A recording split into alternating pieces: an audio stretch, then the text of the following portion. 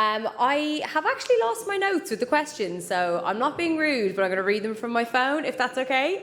I've got some specific questions for the panel. We're going to have a little chat. We'll open it up to you guys, and please pick these lads' brains because they've all got some really good experience and knowledge to offer up to you all. So I'm going to kick it off with, where are we? So John, I'm going to pick on you first. I'll be quick. So for anyone who's not familiar with Raw Gyms, which I'm sure we all are, they're fantastic facilities based in Dublin. I'm going to start off with one just about the kind of appearance of your clubs. So both of your clubs, I've been to both, are visually a bit different. You've got one in Sandyford, one in Donnybrook. What made you choose a different style of space for the Donnybrook site? Was there a specific reason, or was it that you kind of shaped that into the area that you want to go down a little bit more of a boutique style club? Yeah, I think, I suppose with Dublin, it's so hard to get a location or get a site in the right location. So you're probably looking at the location first, and then you have to make the best of the building, if that makes sense. So you just can't, I'll have that location and I'll take that type of building. So location is obviously number one when you're, well, I would think anyway, when you're setting up a gym, the location is paramount. So absolutely.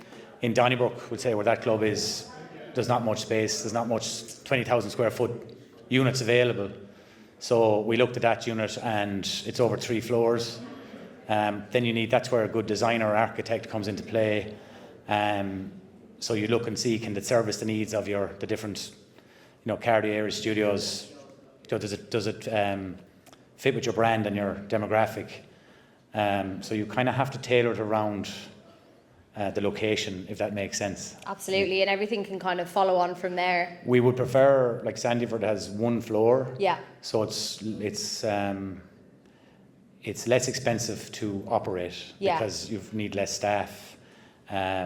It's probably, you could say, a better atmosphere as well because everybody's on the 1 floor.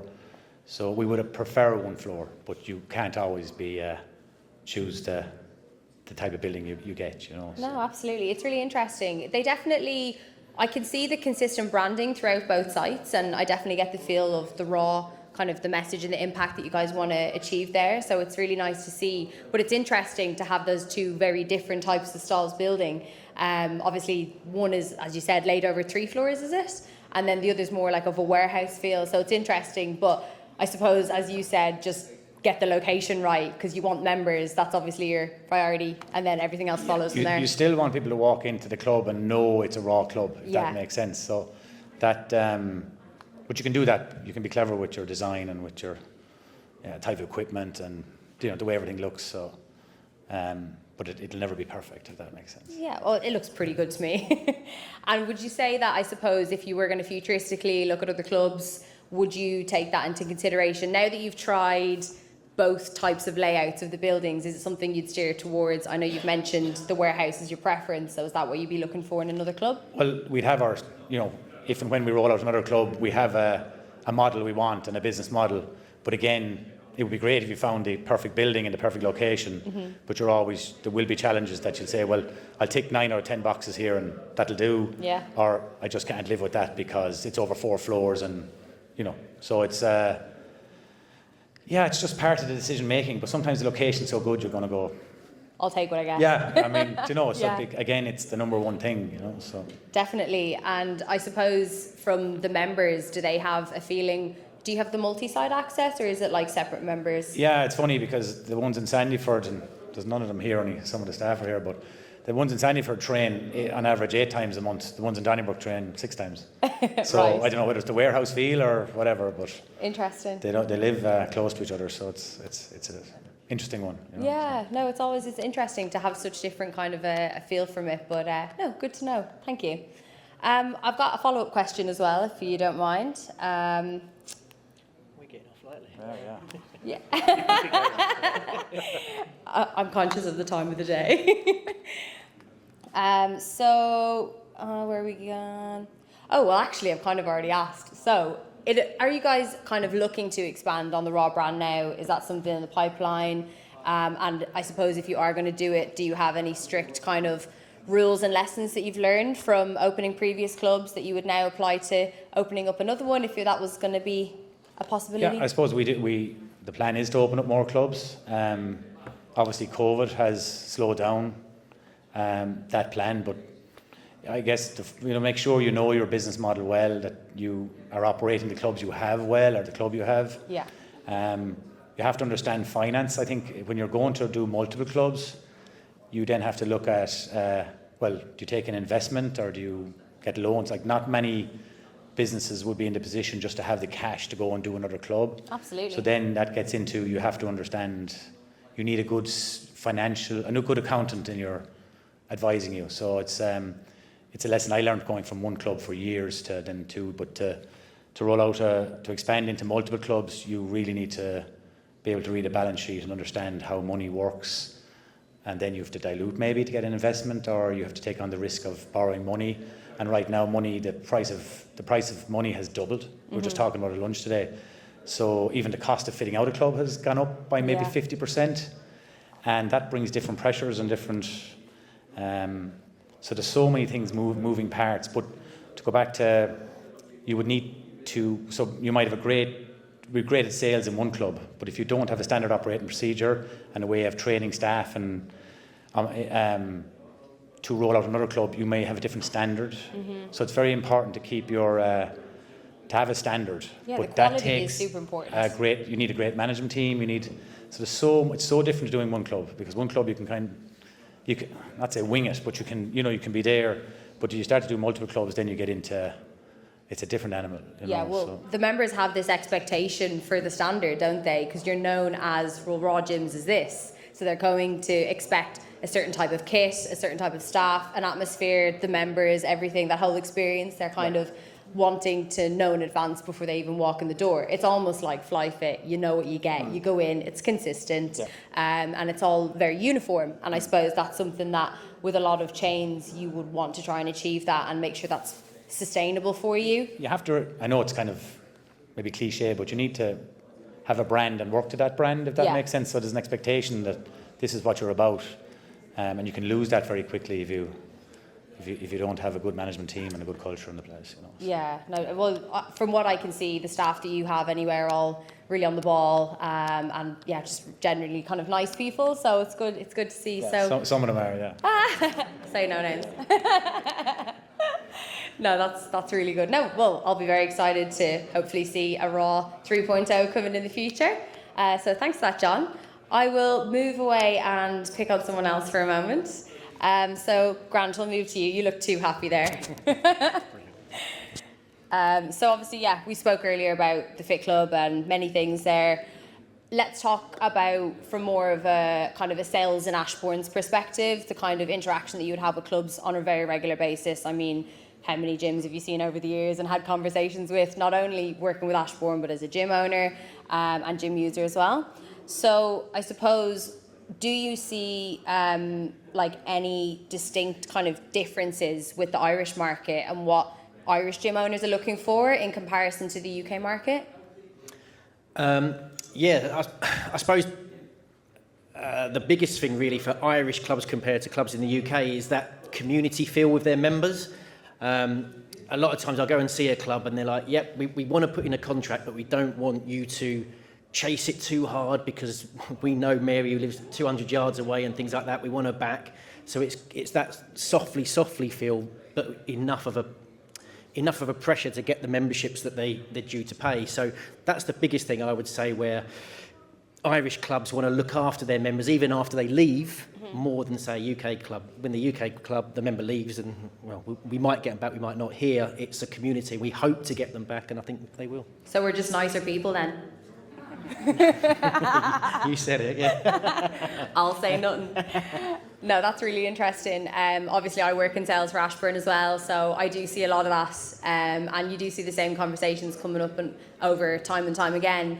There is a genuine want for the member to feel really valued, that they're not just a number. There's a lot more kind of emphasis on that user experience, not just the finances. Obviously, finances are important, but there is that difference though, isn't there? I'd say that's actually how us at Ashbourne have adapted our systems as well, is that they are still your members. So even if somebody's in a 12-month contract and you say, Grant, counsel off Mary Smith, we just want her to counsel her DD, she's ill or whatever, we'll do that. Where it's something what we've tailored more to the Irish market, so we're also learning and developing our system to make sure it fits the models here as well, and it's working well. Yeah, no, it's good. I think it's nice to see it though, like that there is that care there for the member, and it's not all about new members, it's about keeping your current members happy. I've had a few conversations about it today, and it seems to be quite an important thing that people value in Ireland as a whole, as opposed to, I don't know if you'll agree or not, but in the UK it's all about new members. That's all anyone ever cares about or speaks about. No one cares about retaining members as much as what they do getting people in the door. So yeah, I mean, they're your bread and butter, they're the people you want to keep happy. So yeah, it's nice to see it. So good. I suppose one of the one as well on that was, well, this is kind of a follow-up question.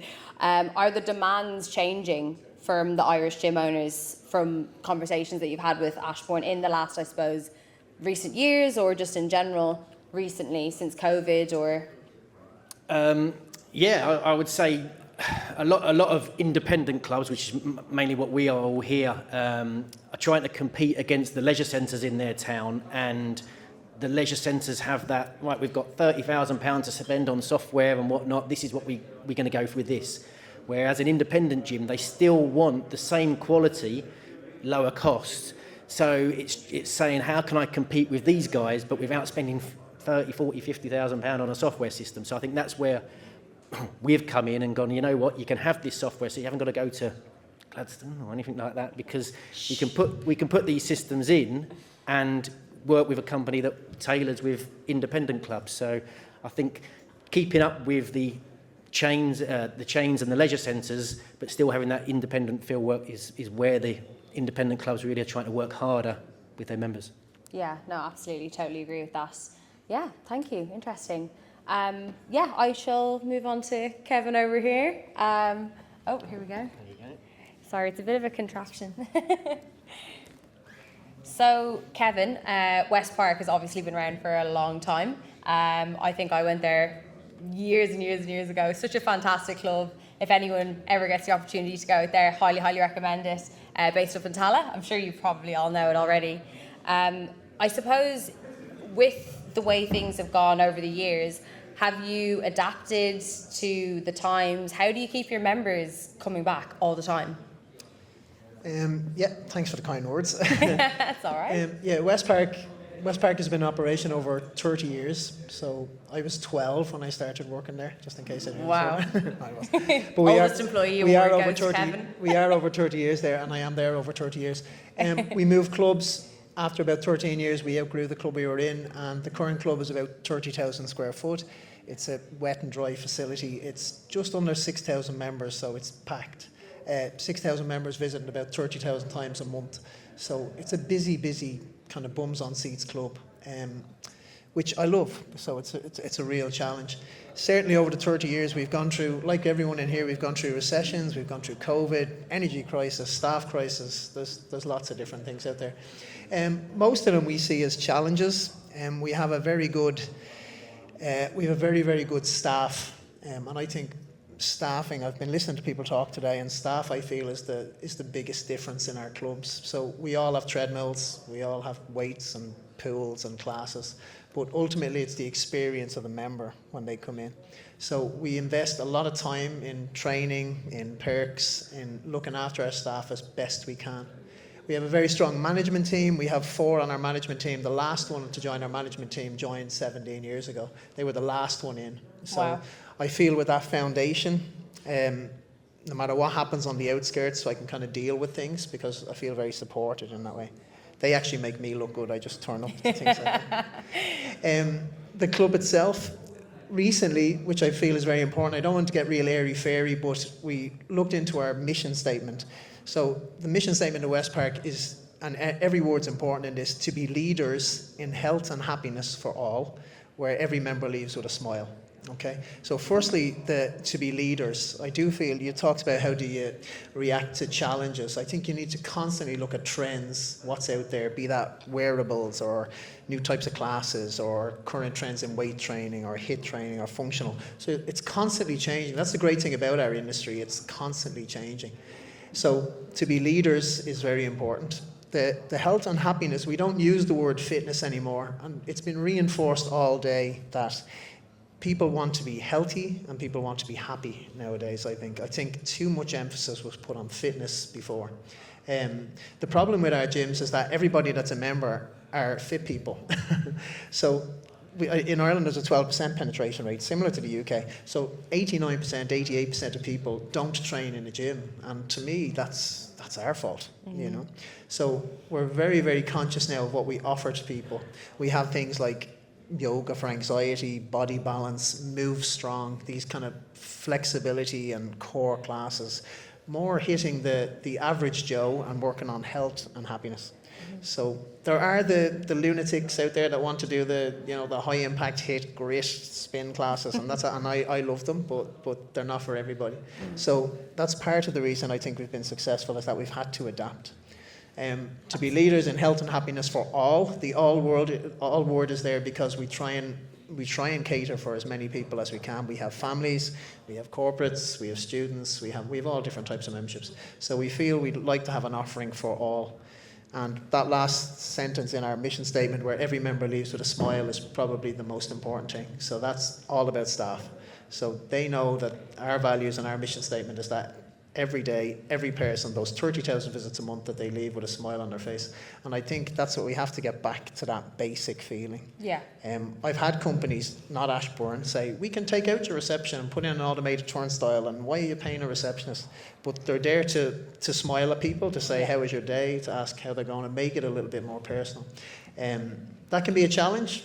Not everyone comes in with that Aer Lingus smile on the staff every day, but we have a really good group, and we're very proud of them. We put a lot of work into them, and there was actually 3 or 4 of them that have gone to other clubs. They're sitting in the room today, which is nice to see too. Yeah, no, it's brilliant. I do think that anyone who gets into the fitness industry, I was saying this earlier, they do it because they love it. Well, it's not, largely for the money. It's a lot because they love dealing with people, helping people, and genuinely just being that type of person. So to have that in the gym and allow your staff to be able to, I suppose, kind of use that to their best ability is a really good thing. I do think that having a personable experience for the members coming into the gym is so important, and it's often overlooked. And with what you guys have got going on, you've got quite a lot of competition in the area, from what I can see anyway. But you still stand here 30 years later, striving, doing better than ever. So it just goes to show that obviously is a foolproof thing that works really well for you. Yeah, you hit the nail on the head. That's it. There is lots of competition, but there's, like we said, there's 88% of the population that don't train, so there's loads of room for everybody. COVID, I think, when you talk about challenges, if anything, I think that ultimately helped our industry. So people that never really looked at exercising before went out walking and training and all this different type of thing. And then once they did, when COVID ended, they decided, well, I'd like to keep this going. So we find we have a new cohort of members who would have never joined the gym before, which is brilliant. A very strong kind of over 65 member that have started to get back into fitness as well. So that part was really good for us as well. Like I said, it does ultimately boil down to when they walk in and how the staff actually look after those people. Recruitment, I know probably everyone in here, I've talked to a few people today and said it's so hard to get staff. Yeah. But you talked about having passion about what you do and what you love, fitness. We've started actively recruiting members as staff. Absolutely, brilliant idea. We have people in the gym that we know love classes, we know love doing this, they have a passion for training, and we approach them and say, would you be interested in coming with a position, even a part-time position? They're not going to leave their accountancy job or their whatever, but if they can give us 15 hours, 2 evenings, a weekend, we put the training into them. The easy part is the training, the actual qualification. The hard part is the personality, Yeah. the passion, and we probably all know that. So as regards recruitment is a challenge at the moment. Yeah. But these are people we know. These are people we know love exercise. Yeah. And so it's a no-brainer as regards that. But I do feel we were over in Lisbon last week at the IRSA conference, and it's a really, really good time to be in the fitness industry. Mm-hmm. It's just so vibrant, so busy. People want to train. I was told during COVID that we probably will never open again, that everybody has a home gym, everyone's going to do virtual, and you probably won't open your doors. And the opposite has happened. Yeah. People want, you mentioned it, community, family. Grant said, especially in Ireland, that sense of community and togetherness and group exercise, and I think that really needs to be kind of focused on now. No, definitely. It's really good though. I think with the staffing issue, which I've actually spoken to many gyms that they've found it difficult to get good staff. It is so hard to get good people who actually are passionate about what they do in general. And then in the fitness industry, like, let's be honest, it's a difficult job. I've done it myself. I've worked in the gym for many years. I've done the early starts, the late finishes, the classes. And yeah, it's not the best paid job in the world, but you do it because you absolutely love it. So it is one of those things where it can lead to a bit of a burnout at times. So I think that how you as a facility look after your staff and kind of foresee any sorts of those issues of burnouts with the staff and try to avoid that happening, looking after them, just managing them and their own mental health and their physical health as staff is super important as well. Is that something that you guys tend to do regularly, or? Yeah, we have lots of, there's lots of things in place for staff. We all do probably bits of team building and bits and pieces like that. There's a lot of perks in place as regards free memberships for family, discounted membership for friends. You talk about mental health, especially through COVID. We have a counsellor they have access to. They get 3 sessions a year on us with a counsellor if they feel they want that, and then after that they can go on and from there. We do a kind of a sponsorship program where after 3 years, if they feel that they want to do a course in anything, sign language, knitting, whatever they want to do, we provide a €500 voucher for them for just personal development and stuff like that too.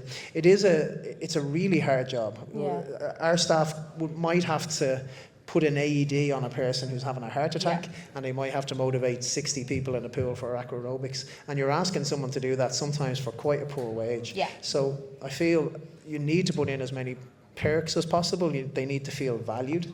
If they're good at what they do, eventually there is money to be made in the fitness industry.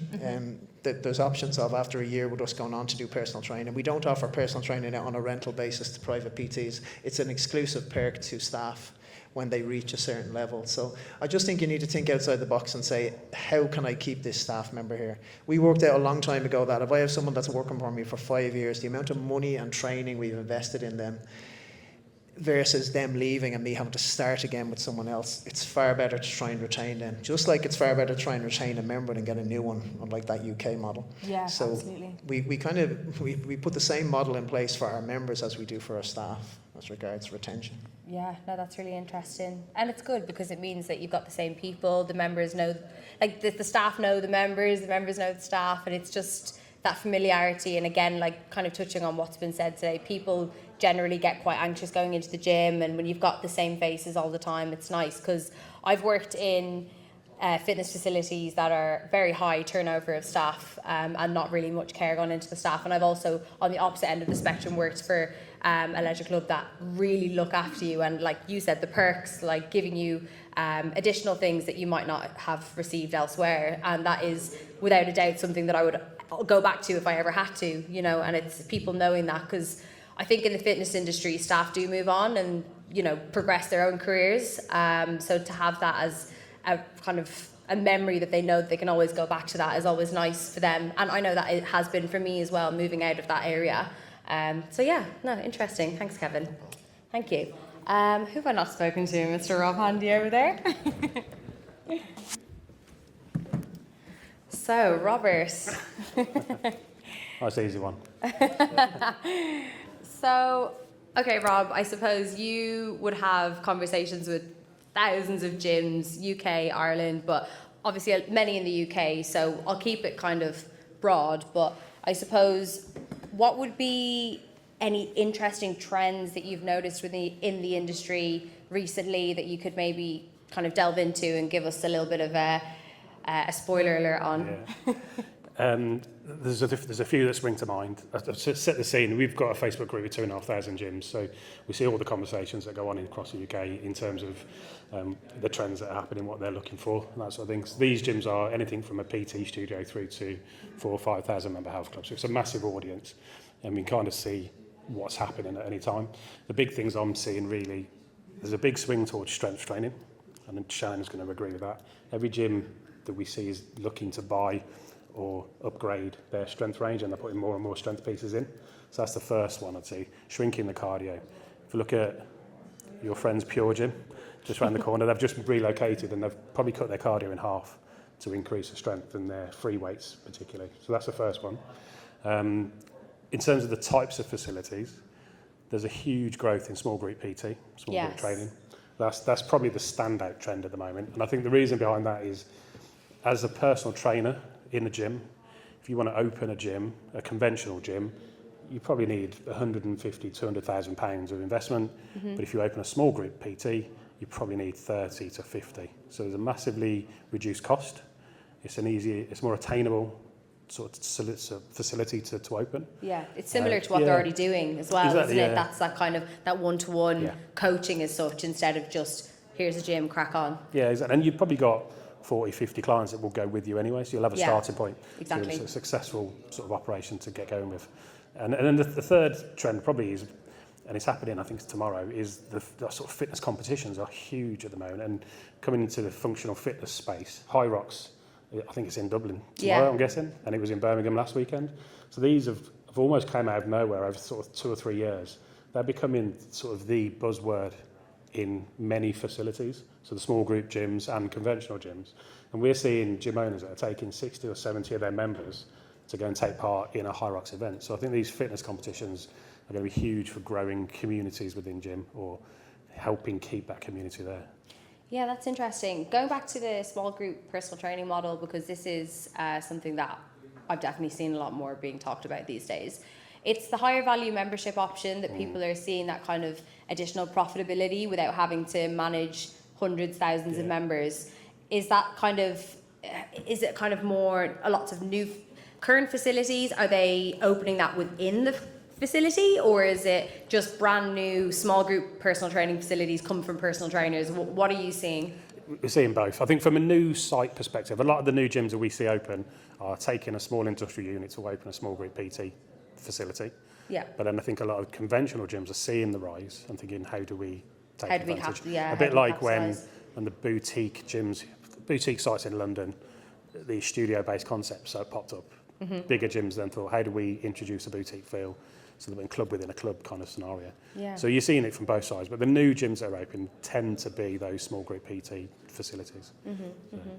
Yeah, it's, I suppose, an extra revenue stream for any gym that's operating. It's a different kind of a model, isn't it?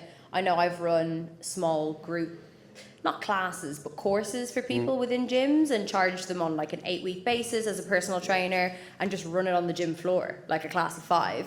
And just had that as an additional thing. I suppose that's kind of the same sort of a concept. But no, it's interesting. I'm definitely seeing a lot more being talked about these days, and people steering more towards that type of a business as opposed to an open gym. So I'm just interested to hear that you kind of agree on that. Yeah, no, interesting. Yeah, okay. Well, I think we've kind of touched on any of my questions that I had. Does anybody have any questions for the lads? Yeah, Carl. For Rob, we were after opening up a third gym in our centre, and we were just too busy in other ones, so we tried to create a separate space. We opened up a functional training gym.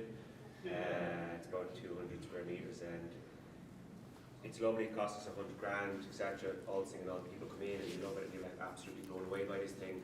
We get to close it and go back up into the gym where you were.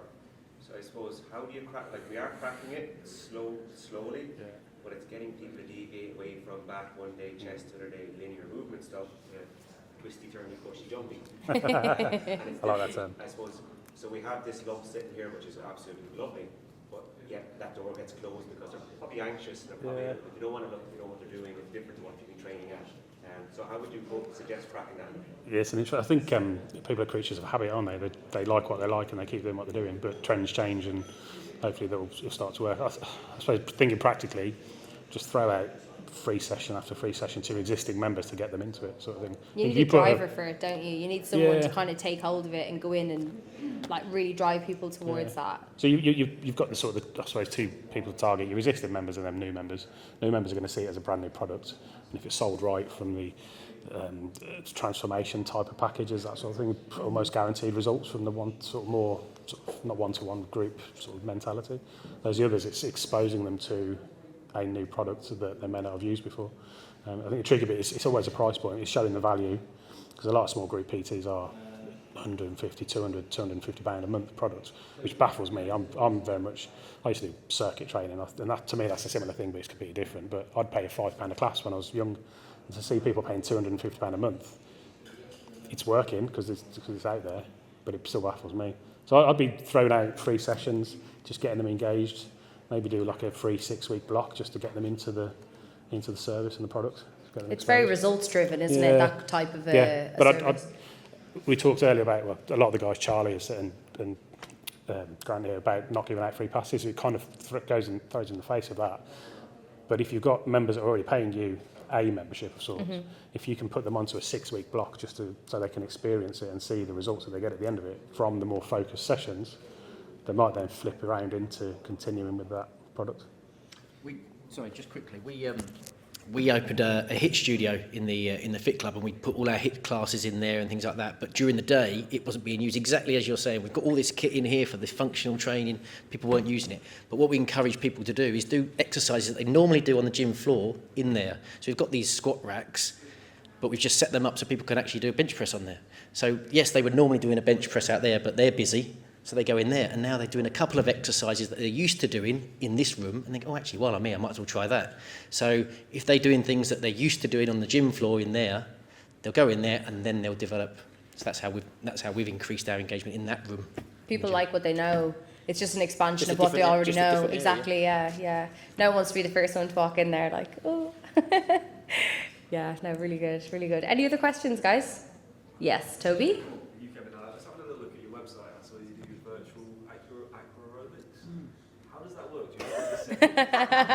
In the you bath. jump in your bath. Virtual acroaerobics, company called Hydrohex. We seen them when we were away. We had them in a year last month, and when we put it in first, I thought, okay, it's probably a bit gimmicky and novelty. There's never a time during the day where there's not someone in front of that screen. It was such a success.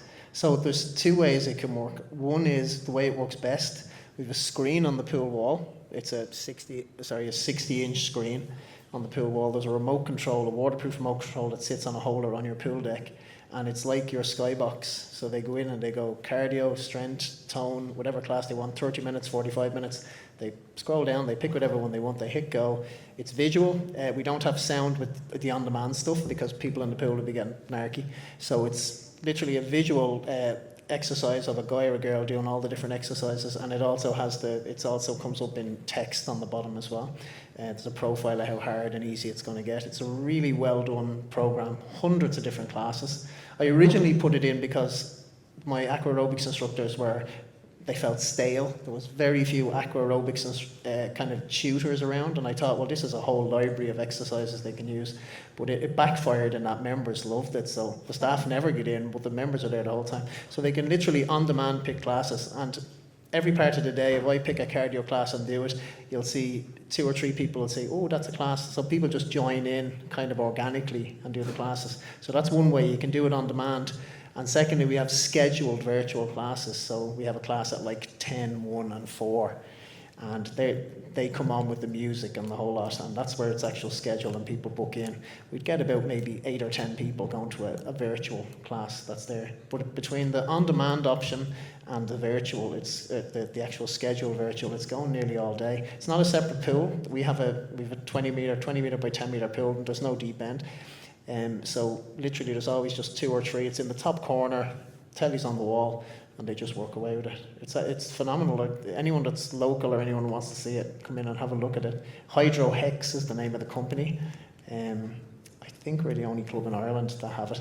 They're big, and I think they're originally Norwegian, the company itself. But excellent. They're looking into things like on-demand swim lessons. So they're looking at a thing where a parent can come in with a child and go total beginner, and it'll show the parent what to do with the child on the spot as regards dipping their head in and what arm movement, and these are things they're looking at down the road. But yeah, really kind of unique product. But yeah. I really hoped you were going to say it's at home and people were doing it in the bath, and everyone was joking. I just added images. Yeah, it's almost the best of both worlds. It's virtual, but they have to come into the club. Yeah. You're out of luck, Grant. No bath aerobics for you. Any other questions, guys? Yes. I was just wondering with the gym in Tala, like you seem to have a wide range of customer base. We'd be kind of similar in that we're kind of community-based gym where we can't just go into one niche because we probably limit what we have. But when we're looking at marketing, we're like, what are we targeting here? We kind of want to target everyone. And I was just wondering, do you do that? Do you go specific campaigns to target? What way do you do your marketing to kind of get that, or is it more the kind of word of mouth? Yeah, look, it's a really good. I absolutely feel your pain, because we have our three biggest memberships are our Peak membership, which is the normal membership, and then we're across the road from Tala IT, which is so we have a lot of student base, and then we have a over 65 membership, which is massive for us because we've been open so long. So members have been with us for years. So how I market to a student and how I market to an over 65 is completely different. I suppose we're lucky, very enviable that we're in the position that the club is more or less full. It's more, everything is organic. It's all word of mouth. We don't do any pay-as-you-go. We don't do guest passes. We've never done an offer in the last 5 years. We don't have to do any of that stuff, so we don't. So most of our marketing is fairly organic, informational stuff about check out this over 65 class, look at our new virtual aqua, that type of thing. And it kind of it's like word of mouth, and we have a really good location. We're sitting in Tala. There is lots of competition, but there's 180,000 people in Tala, so there's lots of room. So in that regard, yeah, we don't have to really be too specific. It's a really hard one when you try and offer something to everyone. So it is a really good question. We do, and I don't know if a lot of clubs do this, but we employ 20 hours a week, like 20 hours marketing. The guy, he lives in the UK, a guy called Lee, and he handles everything for us, our Instagram, our Facebook, our newsletters, our website. So we do feel it's important to have someone dedicated. The way it used to work in Ireland was, John is good at Instagram, you do that.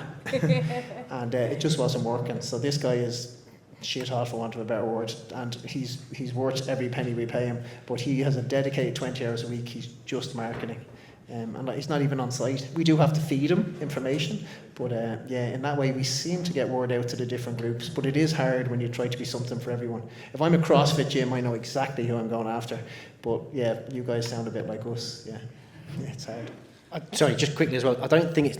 Yes, you've got your different adverts targeted for the different people. It's also the tone of the follow-up emails and whatnot is different as well. So you can't just send out, right, we've got that email for these people, that email for that... that ad for these people, that ad for these people, but they all get the same follow-up. Different follow-up emails and different chains with different testimonials targeted to the same different people. So a testimonial for this demographic is the same testimonial as what the people are going to be joining. So the tone of the emails and the follow-up needs to be the same as the adverts as well. Yeah, definitely. Any other questions, guys? To the bar. Listen, guys, I want to say a massive thank you again for everyone for coming and staying till the end. Well done. Also to our lovely panel, give them a round of applause.